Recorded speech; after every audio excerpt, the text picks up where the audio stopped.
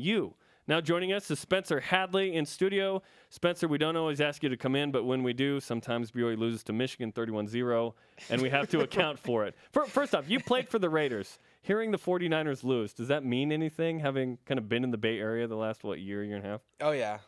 Yeah, I mean, it's a rivalry. It's like hearing – Brian Logan's a 49ers fan. Right. Sorry. It's all right.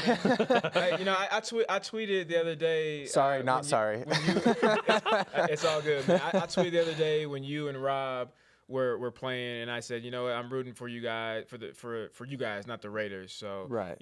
It's always band of brothers. Even though we didn't get a chance to play together. I always got to. There's definitely a bond. There's a bond there, man. There's definitely a bond. I got to root for Bob. them. You always say it. Bob. Everybody's a Bob except for David Nixon. Oh, it gets personal. Yeah, it's always personal with David. Do we have time to go over that story? Or No, is that, no, that's don't. all. We don't. Commercial. We'll talk about that commercial. Okay, where do you even want to start with BYU and Michigan, Spencer?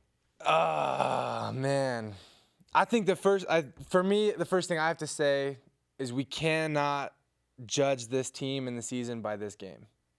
And it, as painful as it was to watch, as hard as it was to see the boys go down like that, we can't hold them strictly accountable to this game. I mean, it is the lowest of lows. It was the lowest of lows. Yeah. And I think we got to be optimistic in looking at the defense rallying in the second half.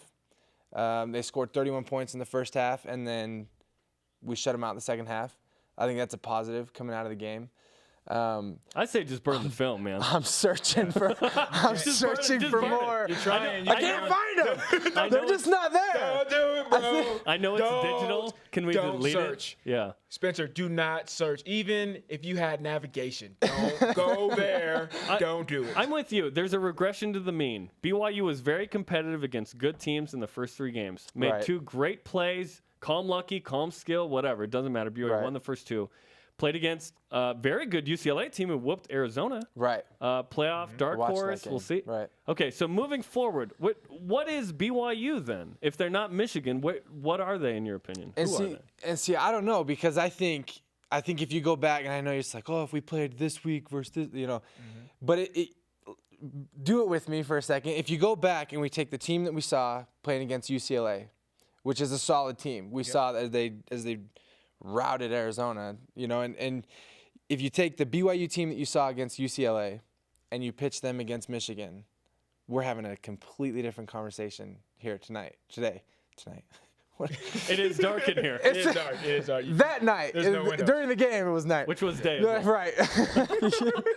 I'm lost. It's dark. Whatever. Listen, we're all flustered out of that game. Yeah. Regardless, let's get back to the game.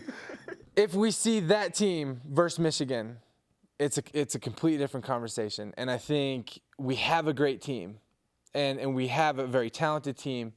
That you're never gonna play 100% every game, every week. You hope that your low games aren't as low as ours was, but that you do have to account for the fact that we played 3 very tough games. 2 of them were on the road. It's difficult. It's difficult to show up every week, and I think something that BYU has always struggled with a little bit is depth. Mm-hmm. We typically have great depth because of the mission situation. We send guys, and you almost lose 2 classes with the mission because the guys that just come back typically aren't ready to jump in and help out right away.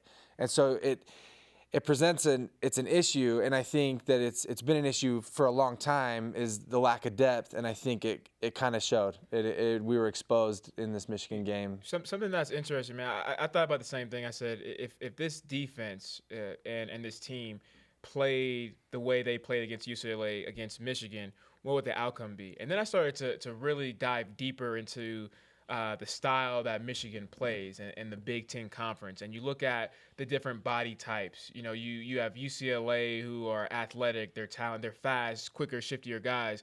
Then you have Michigan and the Big Ten, who are just corn-fed dudes. Big boys. Just big boys. And you can speak to this more than me because you played against, the Wisconsin's, more of the bigger schools than I did. But I'm really 5. I got 5 in. 5. I'm wondering if there would have been a difference just because of the matchup issues, right? I do believe let's focus on the defense. But I do believe that Coach Mendenhall and his scheme, right? He can put together things where talent, speed, overall athleticism may not matter as much, right? And the defense can do some great things to capitalize on the schemes. But when you look at Michigan's scheme, which is, hey, you know exactly where I'm running. Right. I have this wing back here on the left-hand side. Oh, and I'm pulling 2 guards, and I have a lead fullback. Just stop me. Right. I'm almost wondering if how BYU could match up with that just as far as the personnel. And that's a good point, because something that we did see in this game, if we're going to dive into it, we might as well, is we were pretty much dominated on the line of scrimmage on both ends, both sides. And it's very difficult, I'll say, to win the game. We'll talk about the offense for a second, then we'll get back to the defense like you were. It's difficult as an offense to be consistent and sustain a drive when a defense is able to rush 3 and get pressure on your quarterback. There was a sack with rush 3 one Exactly. time. And I thought, wow, that told me everything. Exactly. I needed to know. Exactly. And so it's extremely hard to sustain a drive, to move the ball when the defense is able to rush 3 and then drop 8. Yeah. And it made our big receivers, who we love and we can target and they're great players, it made them almost a non-factor, because they were just able to surround them, just choke them out, And like a weed. And a lot of times, too. Right. And several times one-on-one, and they had some great athletes in their corners, and that, caused some issues too. But then for our defense, it just looked like it's just tough to talk about. It's tough because there were some plays where it's just like, okay, that's just a blown assignment right there. That's just a guy not keeping gap integrity. It's a guy not using his leverage, not being in the rush lanes. There was times like that. But then there's other times where everybody was in the right gap, in the right position. Everybody knew their assignments, but guys were just getting blown off. And so to me as a player, and even as an analyst, I looked at that game and I said, those guys are just straight up better, from a talent and maybe a matchup perspective, right? I got bigger, stronger, corn-fed guys that I'm just going to knock you off the ball. Yeah. So it doesn't matter about your quickness, your scheme, your talent, whatever the case is, because at this point right now, the type of football that we play, smash mouth, my strength is going to beat speed and athleticism every time. Yeah. Yeah, it just seemed like we didn't have an answer. Michigan was doing what they do, and we just didn't have an answer. It was like a ship with too many holes, and we watched it sink. And it was painful. It was. So where do you go? It wasn't slow either. It was kind of quick. Yeah, it was the first half. It was pretty. And that brings us to this week and our Twitter question, which is, what do you want improved the most by BYU Friday versus Connecticut? Man, you can say everything. Like everything. It's just like. Where does it start? Yeah, you're coming in on Monday, right? You're coming in today, and what are you thinking as a leader, as a captain? What are you trying to focus on individually I think if I come in as a player, as a leader, as a captain, like you asked, and I come into that team room, I'm going to say, okay, we're going to go in with the coaches. We're going to watch the film. We're going to correct our mistakes, the things that we could have controlled. I mean, sometimes it's like you said. Sometimes you have to realize when you're playing a sport like Division I, if you're in the NFL or high school, if you're playing a sport, you have to realize that there's guys on the other side of the ball practicing almost just as many times as you are. Mm-hmm. They're working almost just as hard as you are. Hopefully not as hard. Hopefully you're working harder. Right.